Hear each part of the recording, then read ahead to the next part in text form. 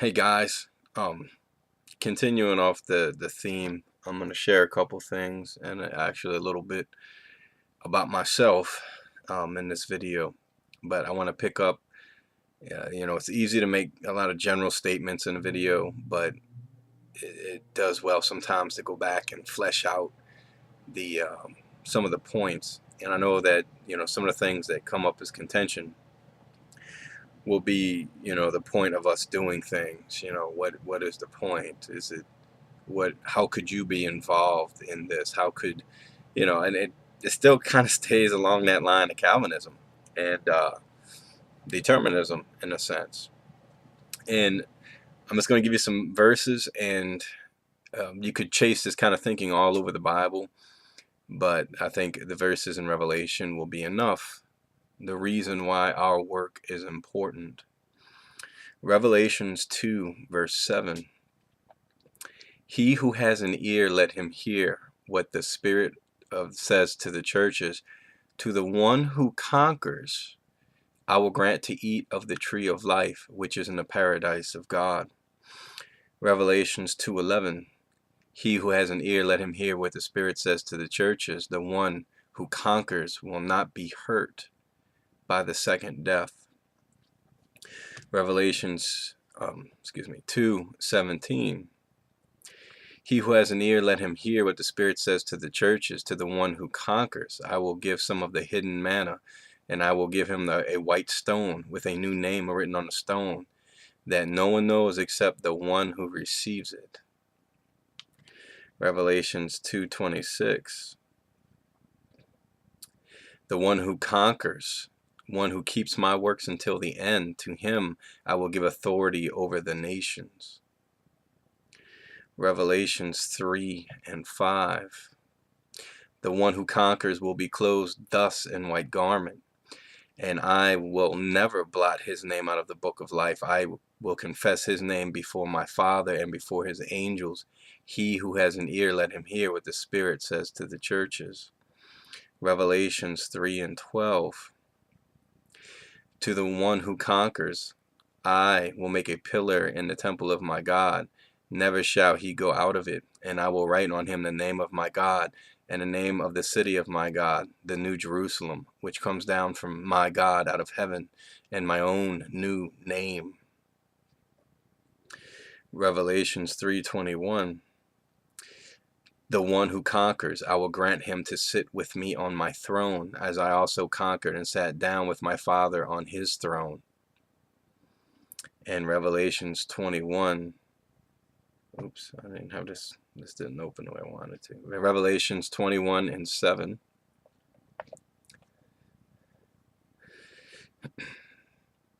And that would be, the one who conquers will have this heritage, and I will be his God, and he will be my son. And verse 8.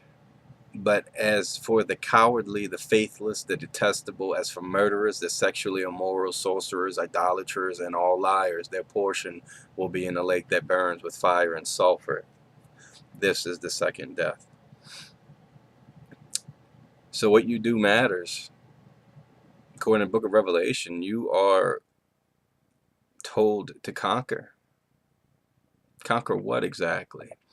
And that's why I would go back to Revelations 3:21. To the one who conquers, I will grant him to sit on my throne, as I also conquered. And I think this is actually the only time you see this parallel. What did Jesus conquer? I think, it definitely entails himself. And I'm going to touch on the difference between what I think is, the mind and the brain, the difference between the two. But his self was there, but also the world. The world was there. And I think we can see what is illustrated by what is going on in the world by verse 8 in chapter 21. But as for the cowardly, the faithless, the detestable, murderers, sexually immoral, sorcerers, idolaters, and all liars. These things to me are things that are born out of the world. They are things that people do to get ahead. They do, some people are compulsion liars. I mean, they can't stop for some reason. But other people, and I would think it's the biggest group of people, is people who are lying to gain. They're lying to manipulate the world in some way. They're detestable for a reason, usually. And I'll give you a quick little story on that. I was in the car business for 7 years. As of a couple weeks ago, I am no longer in the car business, thank God. And it's a tough business. But I'll give you an example of what makes people lie. Everyone knows the old adage that car salesmen are liars. But the ironic part of it to me was the biggest liars I met in the car business were the customers. They would tell you things and say they're going to do this and do that, and they got their money ready, and then their money's not ready, and then they're not going to do anything. I've done my research. I'll buy this car if you sell it to me for this price. Yes, sir, we have a deal. No, no, no, no, no. And then, so what they're doing is usually trying to get numbers out of you. They're wasting your time. But I just wanted to point that out. You're expected to conquer as Jesus conquered. And I think a big part of that is realizing who you are as a true human being and not letting the world change you. Not compromising things that shouldn't be compromised. And even Jesus was strengthened by God. When he needed help, help was there. But now I'll go on and share a little bit about myself. I think it was in 2010 now. One day I got really sick. And this was funny because this was kind of in the middle of all of this, of my transitioning as I was studying these things. But I got really sick. I couldn't eat anything and keep it down, and it got to the point where I was throwing up every 20 minutes. And being, a stereotypical man who just didn't want to go to the doctor, this went on for 3 days. I was unable to eat, and on the third day, my wife came home, and she saw me laying on the couch, and I still felt like I could function for the most part. I just couldn't eat anything. But earlier that morning, I threw up basically what was bile. It was the closest thing you'll ever come to using the bathroom at the other end. And that's when I kind of felt something was wrong. But all I wanted to do was sleep at that point. When my wife comes home, and she says, "You're going to the doctor." So she drags my sorry rear end off the couch, and we go to one of these urgent care places. If you're not from the States, I don't know what they have, but basically you have hospitals here in the States, and you have the emergence of these things called urgent cares. And what they are is they're just cheaper hospitals for, well, not hospitals, they're little clinics for less serious problems. They're usually open 24 hours a day. You pay your little $20. The doctor looks at you. And if it's nothing serious, he just gives you your prescription or whatever. And, as you can plainly guess by the beginning of the story, I'm not a fan of going to the doctor. So we show up at this place, and they do what's called a reflex test, where they pushed on my stomach on the left side, I believe it was, where the appendix should be. And when she pulled her hand away, I kind of grimaced. Wow. And she says, "Well, I can't be sure because I don't have the equipment here, but you have the symptoms that are consistent with appendicitis. And if you've had these 3 days of throwing up and not eating or drinking anything in 3 days, then you need to go to the hospital." So my wife's like, okay, we're going to the emergency room. I'm like, no, take me home. I got my Bible. I took a hot bath. Read up on the procedure for removing an appendix. And, recovery time was like 5 to 7 days and, all this stuff. So I'm like, I guess it's not the end of the world. Well, I get there 3 hours later. I'm taken in to get an MRI done, and shortly thereafter, the emergency room physician sticks his head in the door and says, "You're a rare bird." I looked at my wife and I said, "This is going to be bad." And sure enough, it was not appendicitis. It was what's called an intersubsession. And what that is you have a valve in your stomach, in your intestines, that's called the ileocecum. And this valve, it's the valve between the large intestine and the small intestine. Well, for whatever reason, because everyone has a reason when they get an intersubsession, and they're more rare in adults, kids do get them, but is the small intestine telescopes into the large intestine, and basically it binds down, the valve tries to close, and it shuts everything down. Nothing goes past that point in your digestion process, and it makes you violently ill.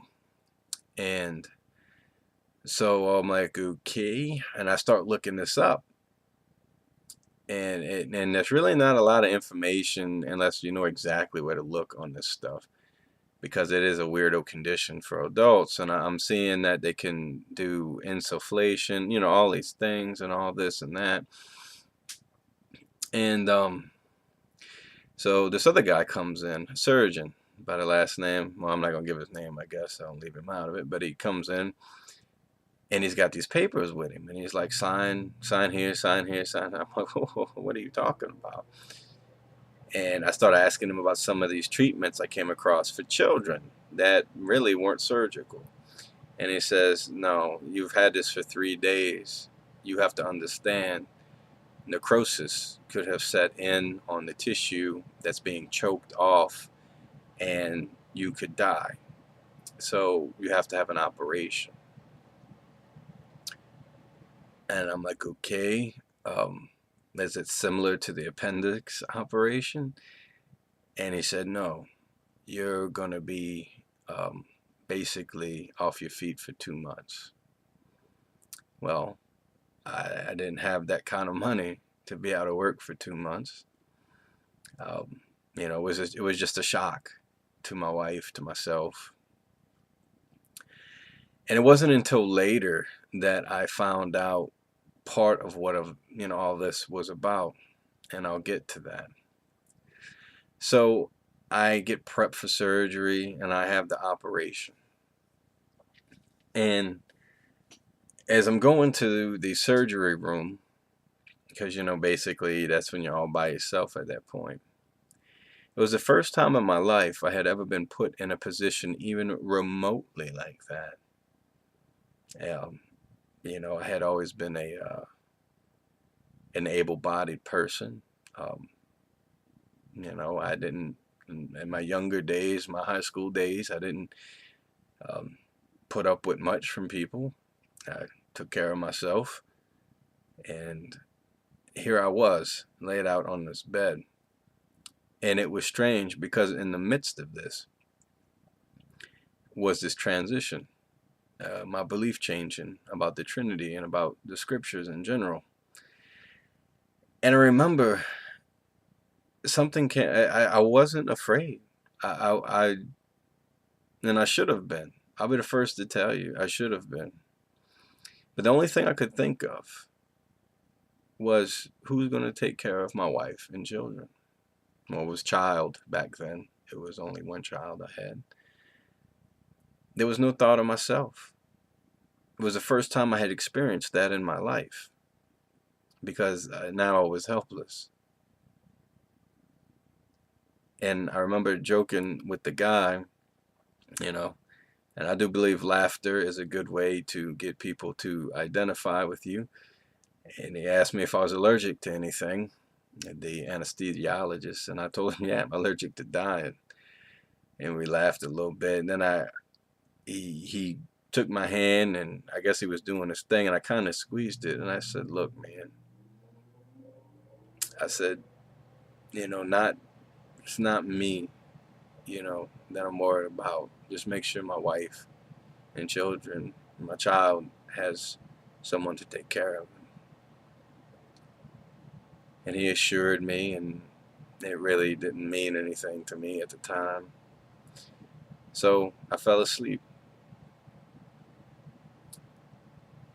I woke up, and I get there. I'm still not exactly sure. To me, it seemed like hours, but my wife said it was more like a day or two. I woke up, and there she was, crying, wiping her snot all over my face. Baby, you're alive. I'm like, okay, so here I am. I got a scar about yay long, in the stomach region. And they took out the ileocecum and part of the intestine, and they took the appendix while they were there. So the surgeon shows up, really doesn't say much to me, said everything went well, blah, blah, blah, blah, blah. Well, I don't know how much time I spent in and out, but I will tell you, once I got to my room, once I got out of the intensive care unit, that was some of the most profound time in my life. And I had my Bible with me, and I didn't even open it. I sat there in my thoughts, and I was just asking questions. It was the strangest thing. And I was not in, particularly bad pain. I mean, certain things didn't feel too good about me, but it just seemed like there was something I wasn't getting. I was missing the point, and it bothered me. I kept thinking about it. Well, and this will come up again later if you've made it this far in the video. Well, the doctor comes to see me again on another day within the room, and he tells me, in his opinion, I have Crohn's disease. And the actual reason they were so pushy about the surgery is they wanted to make sure I didn't have cancer. That's what that was really about. I had a ulcer that they weren't too sure. They really couldn't tell exactly what it was, I guess, is what he was trying to say based on the biopsy. It wasn't cancerous to their knowledge, but it was consistent with Crohn's disease. So I get out the hospital. Not too much happens except, like I said, these kind of profound. Like I said, none of it even bothered me. It was like, I'm in the hospital. I'm this. I'm that. So what? And I'm trying to figure out for the life of me what it is I'm missing. I'm missing something. Something is not clicking in my head. Something doesn't make sense. I get out. I see the the gastroenterologist. He's an Indian fellow. Doesn't have much of an American sense of humor, so we are the odd couple. When I say we are, I haven't seen him now in years. And basically, I have to go for a colonoscopy. I will spare you the in particulars of such a pleasant modern day medical procedure, but I go through that, and I'll also spare you the jokes that I tried to make with the doctor that he just didn't get. And he basically told me, he gave me an option. He said, I can put you on these pills now, or you can just wait. And I said, well, what kind of pills? What are you talking about? The pills are, I forget the name of them now. This is so far behind me in some senses, but they were immunosuppressors because the thinking about Crohn's disease is that something causes, and a lot of people now are starting to think it's meat, red meat in the intestine, and bacteria takes hold and the body starts attacking itself. And so what they do is they suppress your immune system. And so I got on the blogs. There's some really horrible stories about Crohn's disease from people I've interacted with. And I looked up these pills, and what they would do is basically they're linked to lymphoma. Um, so it's like, wow, you know. And he told me, he had this look on his face the last time I saw him, because I told him, I said, you know what, I'm gonna rough it out. I'm gonna I'm gonna try something else besides this. And he just looked at me, and he was an Indian fellow, and he says, you'll be back. And I was like, So that led to a change in my lifestyle. Um, do I eat perfect? No, I'm not going to say all that. I do work out 5 times a week. I've done that since December of last year. And I learned a lot. But in that time, I got a phone call from a friend of mine I play music with. Hadn't seen him in a while because I've been laid up. And he was also, I didn't know it, but he said it was kind of based on discussions that we had. He didn't know it. At the time, he was transitioning out of a Pentecostal belief to a human Jesus type belief. But he told me, he said, God just came to him and told him that God wanted something taken out of me. And I'm not going to lie to you, I didn't pay a ton of credence to it at the time, because I was like, well, yeah, I mean, if that's the case, yeah, I'd have busted the little secret we wanted to take out of him. But it wasn't until years later, and this unanswered question in my head, that remark finally makes sense to me. It was my pride. I've never been the same since that happened. I've never taken it for granted that their day will come where I will be helpless. So I've made it a cause of mine now to live more helpless. I was fiercely self-independent. I mean, even I would say to the point of telling God to stay out of my way, in a way, because I got this. I got this. And now that I've done that, and this has been years now that I've let that line of thinking go,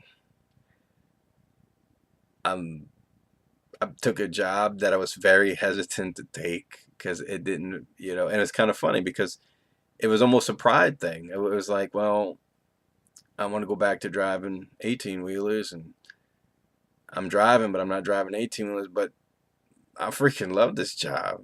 I mean, it fell in my lap, and I was debating turning it down, and it wasn't until I said, you know what, this is the thing that's presenting itself to me, and maybe I should quit questioning it and just go with it. So I say all that to say, because I lead this back to a spiritual thing, as I always try to do. How, now that we know, reading the book of Revelations, that we are expected to overcome. Not only are we expected to overcome, we also see that it's possible. And we can overcome in the way Jesus overcame. So that gives us a foundation of what is expected of us and how to accomplish it. And all these, everything I'm about to tell you, all the glory, all these things, they go back to God. This is not an understanding that I invented. It's one that I came to understand by accepting it. And so I changed my lifestyle. I have not suffered a single symptom of Crohn's disease, period. And I will interject there, about a year later, they tested me again for cancer and found nothing. Praise God on that. But these two catastrophic events led to a turning of my physical lifestyle. And it's funny because I'm going to tell you, it's not the physical lifestyle that I got out of all this that really matters. It's my spirit changed. It made me understand things in a different way. And some of it I can't really even explain. It was an eroding of certain things that I held to be true. And I bring that up to say, with working out, you have a very straightforward approach to how you accomplish what you want to accomplish in the gym.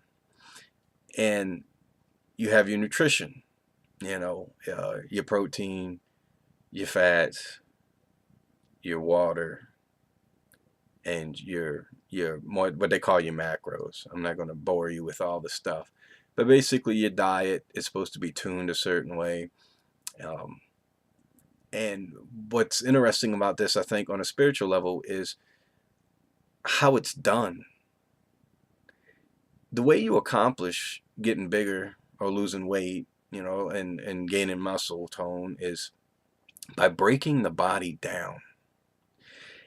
It just can't happen any other way. You're not going to get stronger. You're not going to get faster. You're not going to get anything unless you break the body down. And there's only one way to do that, and that's to take what you have and push it into resistance. And the second most important part is basically your evening nutrition, if you want to put it that way. Making sure you have, your magnesium and your zinc and your proteins and stuff in you when you go to bed so the body can rebuild. Now, when I look at that, and it's just the understanding that came to me, the spirit's the same way. For your spirit to grow, you must push it into resistance. You must push your understanding. And most people don't succeed, like with working out, for example. It's because they don't know what to do next. And I will tell you, just do it. Ask God tough questions. Research the answer. Pray on the answer. Look in the world for the answer to manifest itself. God brings things to people, but you got to push your spirit. And in the Bible, we would call that a tested spirit. It's why Jesus grew in wisdom and stature before God and men. It's because he kept reaching further and further and further and further and further and further and further. And yes, he got to the garden. He was strengthened by an angel. He was given a sign of something to see. I assume that made him gather his strength at the moment. But until the body's destroyed, it cannot be rebuilt. And I think the same is true with your spirit. Until it's pushed and destroyed, and instead of the things we eat at night to grow our bodies, think of the things, if you will, that you take in spiritually in the evening, for example. Do you read a little bit of the Bible? Do you meditate on that word? Do you meditate on God, trying to hear God, trying to understand what it is? And just like working out, there comes points in it where you're not seeing anything change too much. The same with God. There's going to come points where you don't see what you want to see. You're not, this isn't making sense yet. And I've gained at least enough wisdom from God to know to wait. Stay at it. Just like working out goes through cycles. Your body only grows muscle 1 to 2 times per year. And nobody even knows when. It just does it by itself. Same thing with your spirit. It will grow. It will be fed. It will be nurtured. But you won't know when. And you got to stick with it. You got to keep these things that don't make sense right now. They will. I promise you they will. There will come a time when they make sense to you. And then when you receive the answer and it's clear, accept it. Accept it. And, I would encourage everybody to, physically take care of themselves and watch what they eat. But it's amazing when you see it, and when I look at Paul and his analogy with finishing a race, it's the same thing as overcoming. You can conquer death the same way Jesus did, by following the blueprint. So how is it supposed to work? Does it matter? Again, here we are. Does it matter? It absolutely does. Think of a boxer, a physical boxer, and now think of your spiritual boxing. You need a good offense. You need a good defense. You need a tough chin. But you know what you also need? A coach. You need someone, and I will tell you that coach is Jesus, who knows what you're about to face. He knows about what you're about to go through. He knows what to tell you. But having the greatest coach in the world doesn't mean that much when you don't practice. You got to get in there and hit that bag every night. You got to hit that bag. You got to practice that shadow boxing. You got to practice your defense. You have to go over the scriptures and get your understanding down. So when you are put into the ring of the world spiritually and the punches start coming, you're not thinking anymore. You're trusting in your training. And you also know that you don't have to worry about what to say. That's when you'll screw an argument up, I promise you, is when you try to think the whole thing out from A to B. The Father will speak. His Spirit will speak. It will give you what to say if you are truly trying to bear just a simple testimony of the truth. So hone your spirit. And I will say, it's part of the reason I think there is something more to us when we step away. And, if this isn't too far off the topic, I think quantum mechanics in its own will teach us about the possibilities of what we are. I mean, we already know we're made of the same thing that stars are made of. That's pretty neat to know. The same material that makes the stars makes us. But when we think about the things that emerge from our mind, this is the interesting thing to me. These thoughts that we don't know where they come from, or sometimes we don't want. There's also almost like another part of us. So there's like our brain, and then there's this thing I would kind of call our mind. Things will come up from our brain that we can resist. Don't ever think you can't resist. I've met atheists that were alcoholics that gave it up. You can resist sin. You can resist. I promise you, you can. And we're not talking just what we can do. We're talking about what we can do when we lay things in front of God. You tell God you don't want something no more. It doesn't mean you're not going to have to be in that boxing ring and take the shots that come with what you have done. But it does mean is that he who is in you is greater.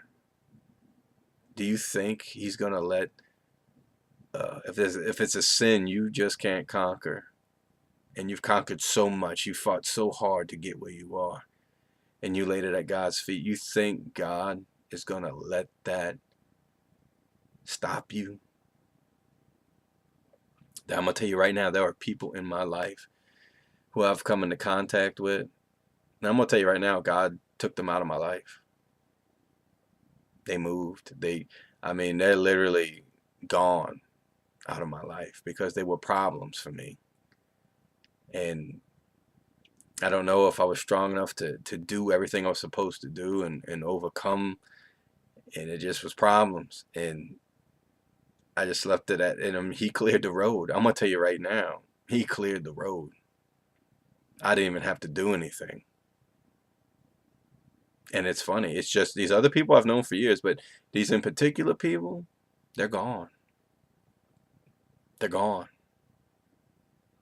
It's amazing. So, I hope I didn't bore you too much. But just remember, you are inheritors of a great promise. And I watched a video the other day by the Trinity delusion, and he was talking about the spiritual stones that we are. And that is the promise. The Bible's clear, the temple is going to be rebuilt. We are the living temple. And when we lose our loved ones, and when things don't make sense to us, God is faithful. He's going to rebuild his temple. He's letting things go on this way right now for a reason. And all we can do is have faith in that. And I'm sure he will be glad to tell us why. We may not even have to ask. It may all make sense. I don't know. But I trust in his judgment. I trust that he has a reason. And he's proven himself to me more than anything man in this world ever has. You are inheritors of a promise. So go get it. Go take it. If we trained as true Christians half as hard as a person like Adrian Peterson trained to be in the NFL, we'd take over this world.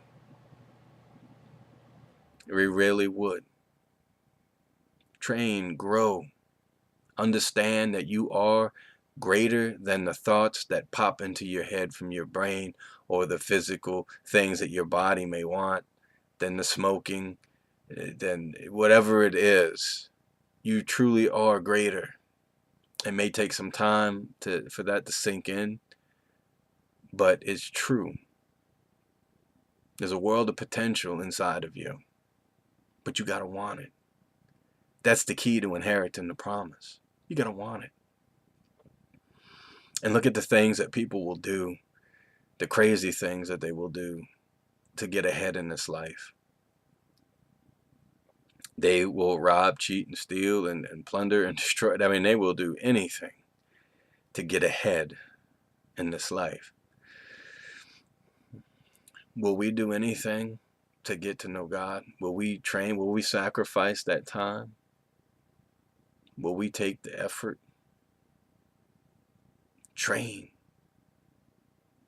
Become better than you are, because it's possible, because it's what he wants, because we have to overcome. And the only way we can do that is by pushing our understandings.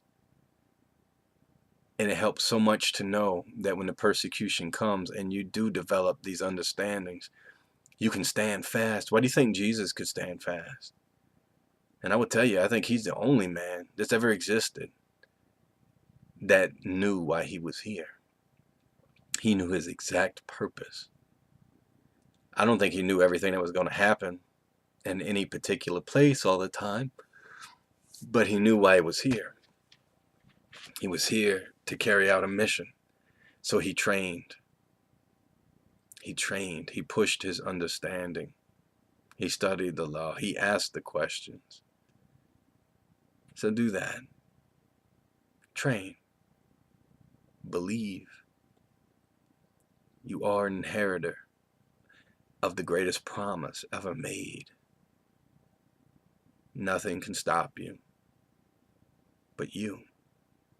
Think about it. The devil, according to the scriptures, has no power over you. So who's left? Who is it making you do these things? Who is it making you screw up? It's you. You want the devil to flee? Then tell him so. You want to know God? Then tell him so. Praying out loud will help you in that. Hear your words. Affirm your words. Know what you said. Carry them out. But you are greater in the world, because the one that is in you is greater than the world. Believe it.